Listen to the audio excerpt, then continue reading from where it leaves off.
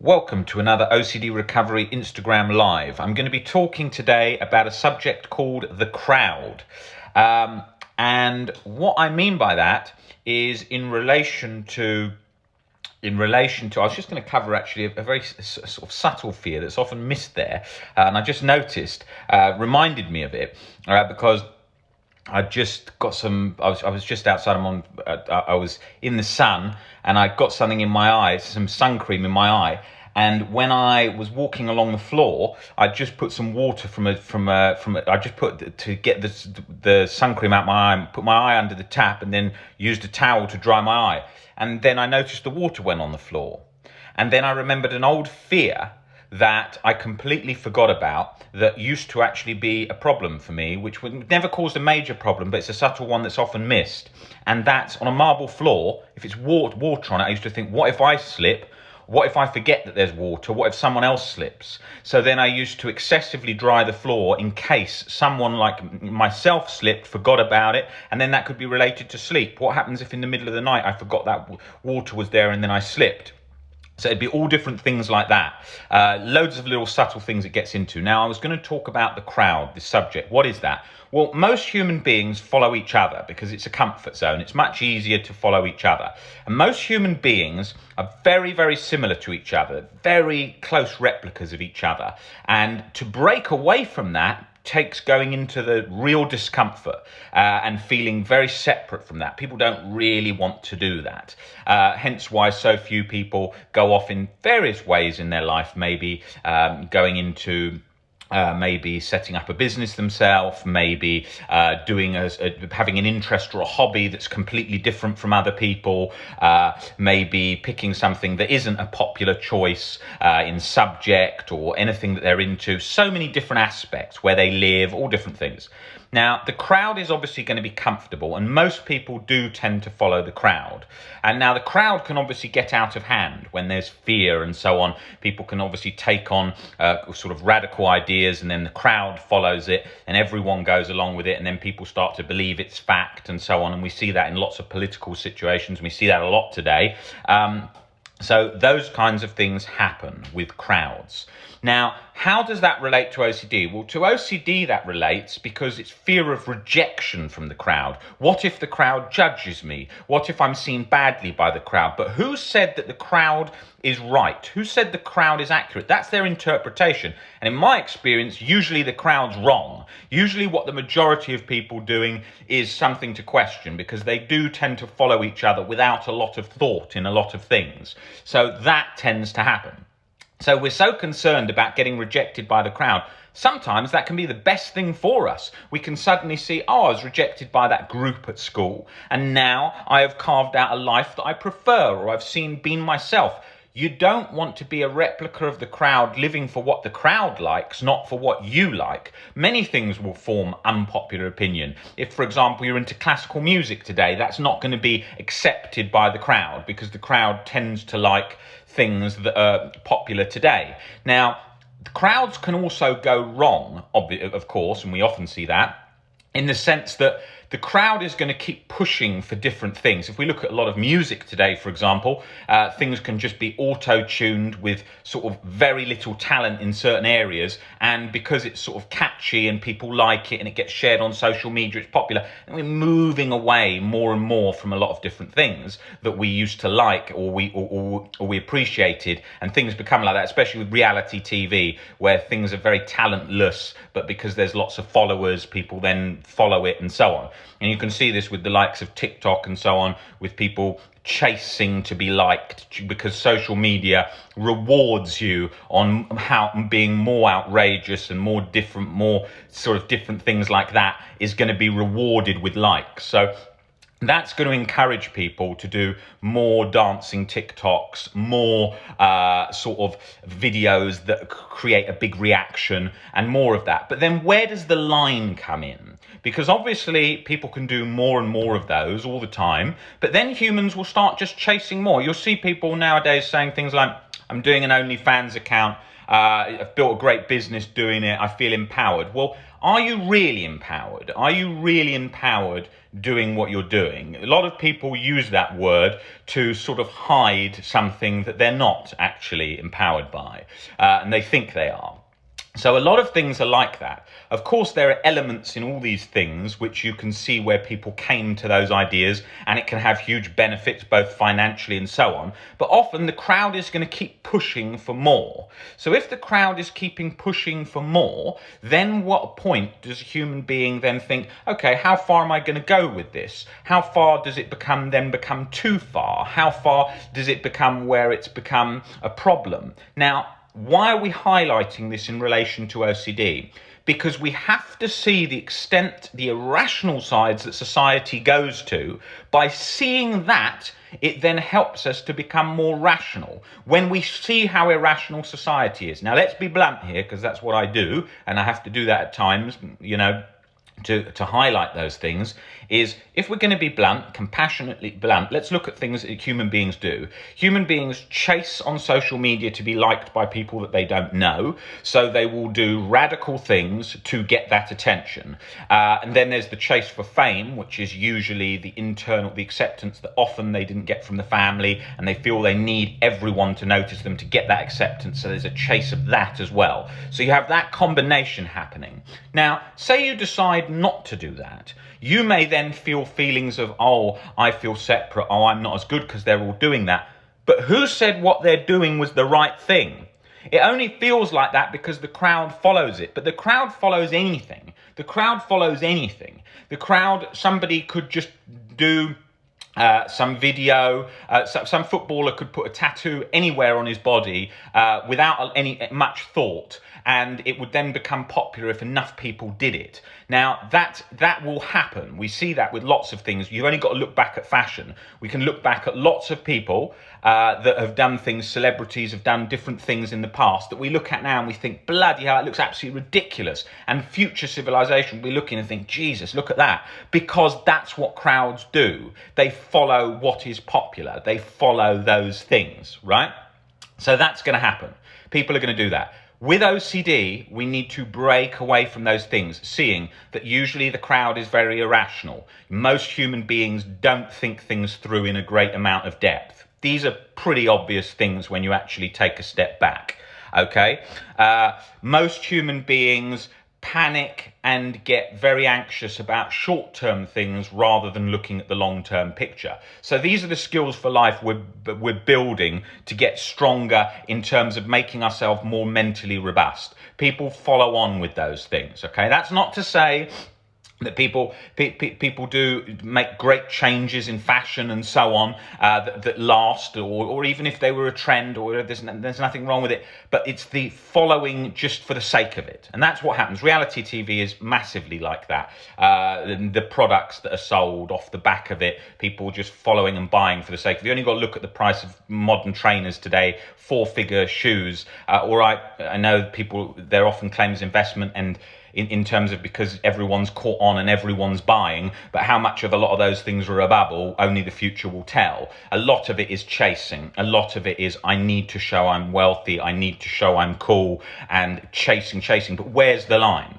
You can already get shirts where you've got the logo all over them. Now, when I was 16, I used to buy that stuff too. So I am aware of how sucked in we can get, right? There's nothing wrong with buying designer things. There is nothing wrong with wearing a nice watch and driving a nice car. The problem is when it becomes your whole identity, your whole being. I have to have this so people see this. If they don't see this, then I can't accept me. That's a disaster, right?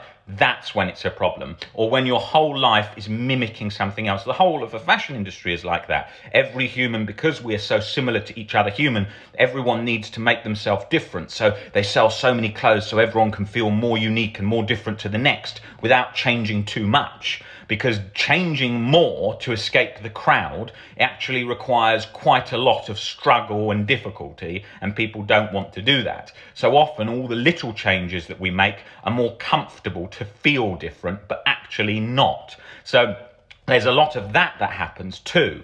So we need to be aware of what is things that are authentic? What is the things we really want? This comes to meaning in life. This comes to what we're really trying to do. So I was speaking the other day to a violinist. And I said to him, he said, he was one of the really top violinists. And I said to him, what's it like playing violin? You know, you've played since you were 5 years old. You're one of the top in the world. I said, what's it like? He said, you know, it's a battle a lot of the time. How much do you go onto social media and make it more hype and sort of a lot of sort of fake stuff to try and get that attention? And he said, that's moving away from what I built. He said, what I wanted to do was become the best violinist, but the times have changed. So the times are now more for that as we move into sort of social media side of things. Much more is like that. Now, why is that so important to highlight? Because we don't want to move just to follow the crowd. What happens if that means you lose out a bit? Well, you have to decide that yourself, because the way that it's going to go is people are going to do more and more extreme things online. Things are going to get more and more stupid online, because as long as they get likes, that is the currency of the internet, right? So that is going to happen. So we have to balance where we draw the line to feel content with ourselves and feel like we're really doing what we want. And it's about being authentic. If you're going to play the violin, it's about playing the violin. If you want to be a really famous violinist today, maybe you'll have to do some things a little bit differently. Maybe you can't look exactly the same as a violinist of 200 years ago, and you'll have to adapt a little bit. Maybe that will have to happen because of the times, and we'll have to go along a bit with them in terms of for people's industries, for their own businesses, for their own survival. They will have to adjust. Everything has to adjust and adapt, but not at the cost of losing all the authenticity. Adaptation, but not losing authenticity.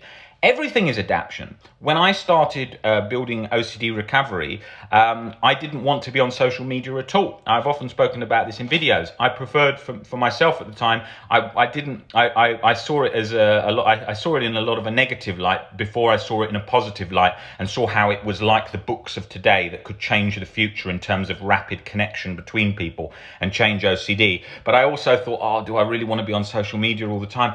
Then I learned to really like it. And then I really learned to enjoy it whilst being aware of the things I didn't like and being aware of the things that I believed in. And when I thought, well, how should I do this? How should I position myself? How should I sort of convey the message and the things that we're trying to do whilst remaining authentic to the goal and to me and to what I want? And so then I thought, well, I've got to adjust the times by going on social media, but at the same time, I've got to be authentic to what I do. So everything that I do, I'm thinking, well, what is it that I'm doing? Do I agree with that? Is that in line with what I want? So it's trying to stay in that balance, okay? But then we adjust with different things. You adjust for different times. Like, for example, I started doing meme competitions. I wasn't really familiar with memes. Then we got into doing memes, and we really enjoyed it, and it was a great process. If I was doing memes that were sort of things for the sake of doing them just for social media that I thought was going away from everything that I stood and believed in, I would feel that, and I think, no, I don't really want to go that way. So it's about learning to stay in the position of where you're trying to carve yourself out in what you're doing.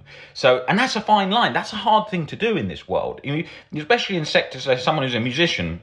In a lot of modern music, let's imagine they were in hip hop, R&B, any of these things. They're having to work out: do I stay authentic to the music from the streets, from that kind of music that they grew up with, and all the people that they grew up with, or do they make it commercial? And that's always the trade-off. You see people coming from a background of music that was sort of authentically coming from sort of from what they'd grown up with. Sort of, it's not it's a very hard trade-off, because if they say no to that, then they cut off their future career. So they have to balance it. They don't want to go completely commercial. They want to do their own stuff, but have a balance.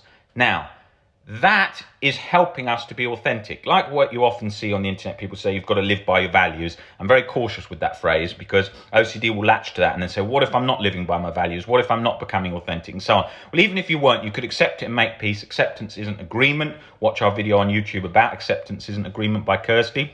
So, but you still want to live sort of within lines of where you're trying to go. Now, how does this, as I was pointing out earlier, how does that relate to OCD? Because you need to see that the world doesn't think to the depth that I've just discussed there. The world is just follows anything. They follow anyone that's fun. They spend all day scrolling on funny videos. They wear whatever their friend's wearing. They wear whatever a celebrity's wearing. They watch reality shows back to back all day long. If they get fun from it, they do that. Right?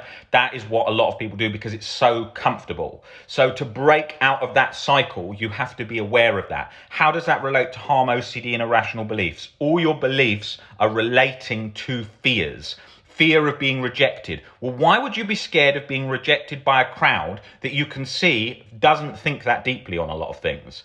Well, it wouldn't be that scary. But it's scary when you think that they're like some kind of God that's got it accurately written. They haven't.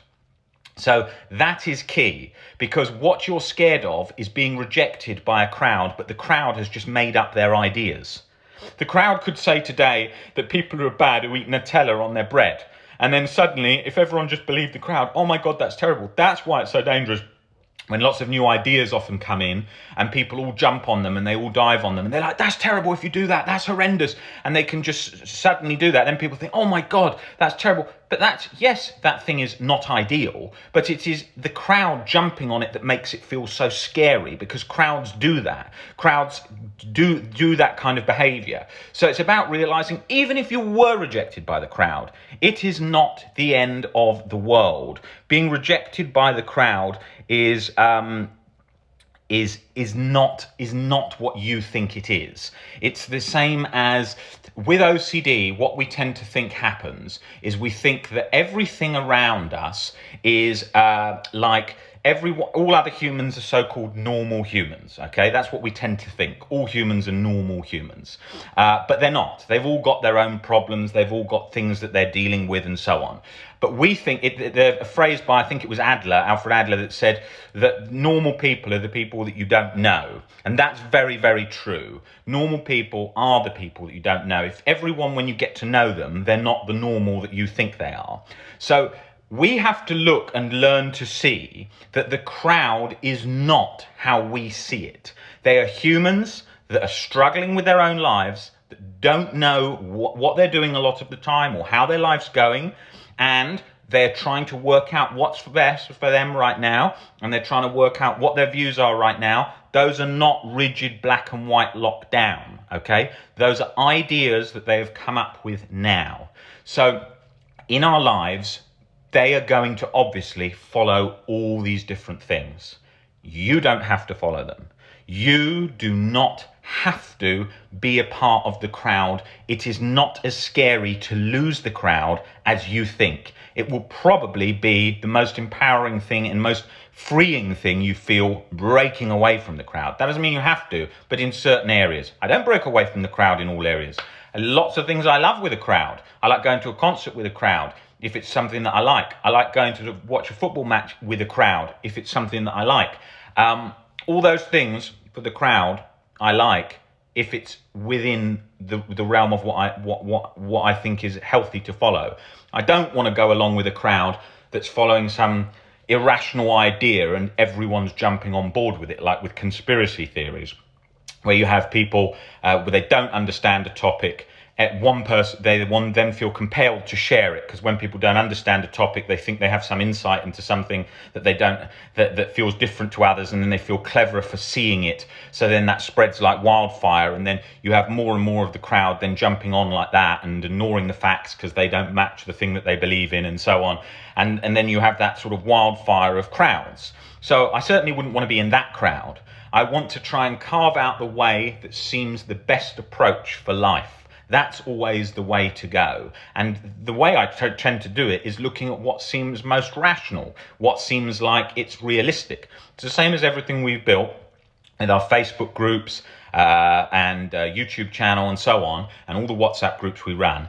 It's humans sharing rational advice, helping one another, seeing each other, teaching each other. That's how we're going to change OCD. People helping one another learn to be more rational. This is a human freedom. This is one of the most important things. For so long, people with OCD have felt completely trapped and completely lost and alone.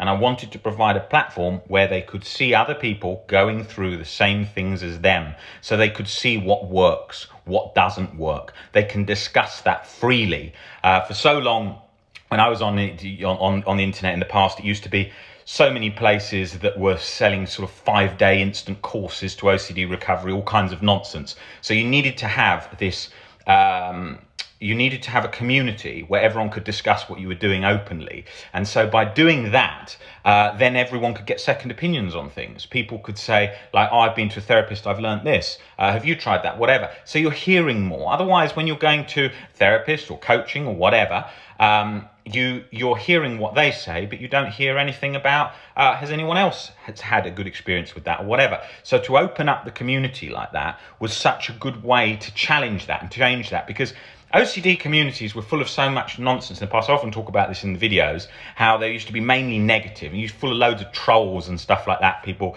just going on there to...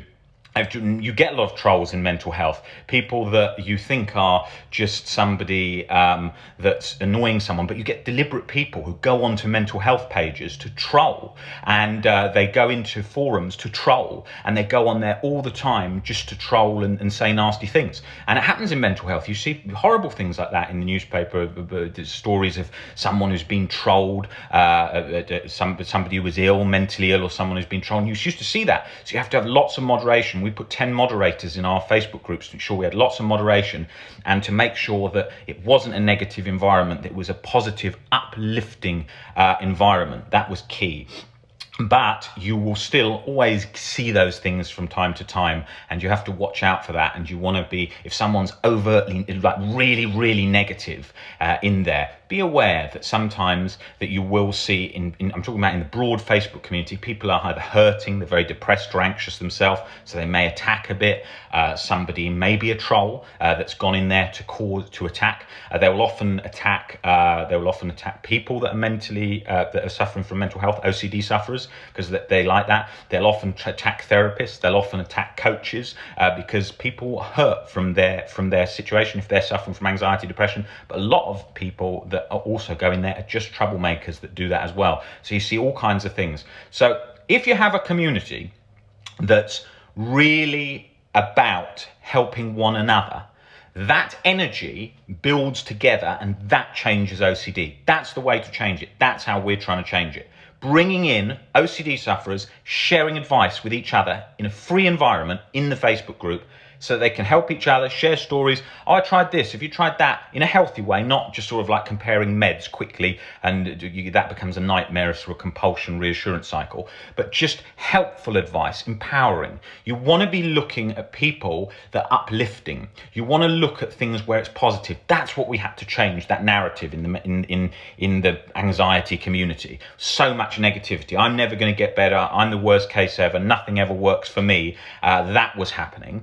And so we wanted to change that, as well as things where you had just interactions that were all going wrong. So you want to be looking for how, even if you're suffering, how can you change to help someone else's life? How can you help somebody else to be more positive in their journey? With OCD, it's a thing where it's an anxiety disorder, okay? But when you change your perception, of things, it doesn't latch, it doesn't hold you like it did in the past. It doesn't do that. So you can't, like, I can't tell I have OCD. I can't tell it on a day-to-day basis. There's nothing there, because your mind, everything, how you are, it doesn't have anything to grip on. It can only grip on strong irrational beliefs. And that's what's changed. And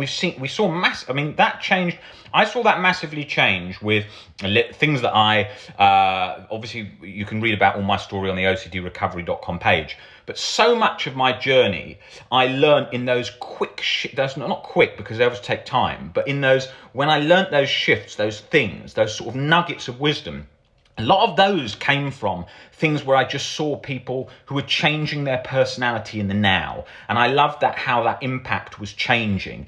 Tony Robbins, for example, one of the most famous life coaches in the world, famous for changing so many people's lives. Pros and cons, things I like and don't like about him. And what I thought was great is just how with words he used to sort of really shift gears. He used to really create those changes. And you see that a lot more now. I mean, with how the world's changed now, life coaching, for example, is hugely across social media. You see so much of it. So much of it is obviously nonsense. There's so much hype, and you've got to be working 23 hours a day, and you've got to be smiling all day long. It's not reality, and there's a lot of people that obviously don't understand that working 23 hours a day is not everyone's goal. But in terms of perspective shifts that we're seeing, this radical change in how we're learning to adjust through our body, through our mind, exercise, fitness, change in mindset, everything is changing the world so massively. And this is so important, because in the past, what used to happen is people used to think, oh, I've got to go to sort of psychodynamic therapy for 4 years, find out some past trauma or some past problem, find out something from the past, and only then, when I've uncovered and unlatched that, will I get better. And it's not that. It's about change in the now, and that's where things are happening. And that's why I come from a coaching perspective, because that's what I'm so believe in, is changing in the now, making change in the now, because it's the now that matters, because you're living in that. So you've got to do that. And I think what happens is people think that OCD is some like absolute rocket science. Trust me, it's more complicated than most people think, okay? Even people that have worked with it for years, it's more complicated than they think, but it's not rocket science. And it is something that once you shift those gears and you change that perception, it doesn't lock in your head like that. In me, it's completely calm. There's no anxiety. If you watch my Instagram live last night, I was working till about 3 a.m, and then I was back on here this morning. I feel great. I feel healthy. I feel fine. When I had terrible OCD, I couldn't do any of this. I could do it, but I would be really out of it and not feeling great. So in your mind, that's where it is, okay? So I don't need to be going around smiling, energetic, trying to be more than yourself, which is often encouraged in a lot of these communities. No, it's about just being free of anxiety, no fear, being positive and wanting to make change because that feels good and feels healthy, but I don't have to. So it's those changes that make the difference. So you want to be thinking in life, what am I doing that's carving my way out of the crowd, that's things that are improving my life in the things I want to do. If you want to write poetry and you love it, write it. Even if people don't like it or whatever, or say no, do it. You've got to carve ways out. If you want to go and live somewhere in the world that a lot of other people don't want to go there, but you do, and it's something you've always wanted to do, go and do it. Balance these things out. And put yourself around people that are positive energy, that uplift you. Don't put yourself around people that are dragging you down all the time. Of course, if you do well in something, that's going to happen because you're going to get jealousy and so on, and you're going to experience that in things. But usually the people around you that are positive are going to lift you up. So you want to notice that. And the community that I've built, all the people around, it's very helpful. Yes, of course, people get annoyed now and again, but everyone wants to see people recover. They want to see people do better. You can see that energy oozing out of them. That is where you want to be in terms of your life, in terms of you. You want to be around people that want the best for you, and you want to be someone who's giving out that energy. The worst way to be in sort of that is going to lead you to a negative cycle is this kind of thinking. Nothing could be any worse. This is the worst that's ever happened. My case is different. And then complaining about everything. Complaining is the worst one. Oh, this is terrible. This is never going to work. Oh, this is all the time. It's a negative energy, and it manifests around you. And you really, really don't want to get into that zone. It's a disaster. You see it online. You see it online a lot you see in OCD community, but you see it all the time. You only got to look on comments on different people's posts and things like that, and you'll see negative energy and you'll see uplifting energy, and you can spot the difference straight away. So you want to always be thinking, how can I uplift something that I don't like? Speak to them. Or if you've got a friend, you've got a disagreement, speak to them and say, I don't like whatever or whatever, but try and help them. Everything's about trying to help. And so that's the kind of energy you want to come from, not attacks, arguments, fights, trying to get your opinion across, all these kind of rigid, strong things. These aren't gonna be the things that empower and improve your life. Life is about opening mental doors in your head, not shutting them. Thinking, I can do this. I'm gonna achieve this thing I want. I'm gonna do this thing I want. And not trying to shut all those doors on yourself. Of course, they're going to come in naturally. Humans have that all the time. Thinking, oh, you can't do this. Oh, you can't do that. Oh, that's not possible. But you've got to keep those doors open, because there's going to be so many people who want to shut them on you, and there's going to be so many people that are going to say negative things about you, and so many people that are bitter because they're suffering or they've got their own problems. There is a large amount of the world that's like that. And what you've got to do is you've got to be authentic to what you believe in. You've got to live your life on your terms and do what's best. And you've got to not listen to the naysayers. You've got to not listen to them, because you're going to hear them. You're going to see that negativity, and you have got to keep going, because that's what life is about. Life is about carving that out. That's what recovery is. Recovery is all about skills for life, learning to be rational, learning to change your perspectives, learning to become fearless, learning to do that whilst at the same time feeling empowered, a good energy, really going for things. That's the approach that you want to go for. Guys, great to see you all on here. I will be back on Instagram Live in the next day or two, doing more of these. And I look forward to speaking to you then. Take it easy, guys.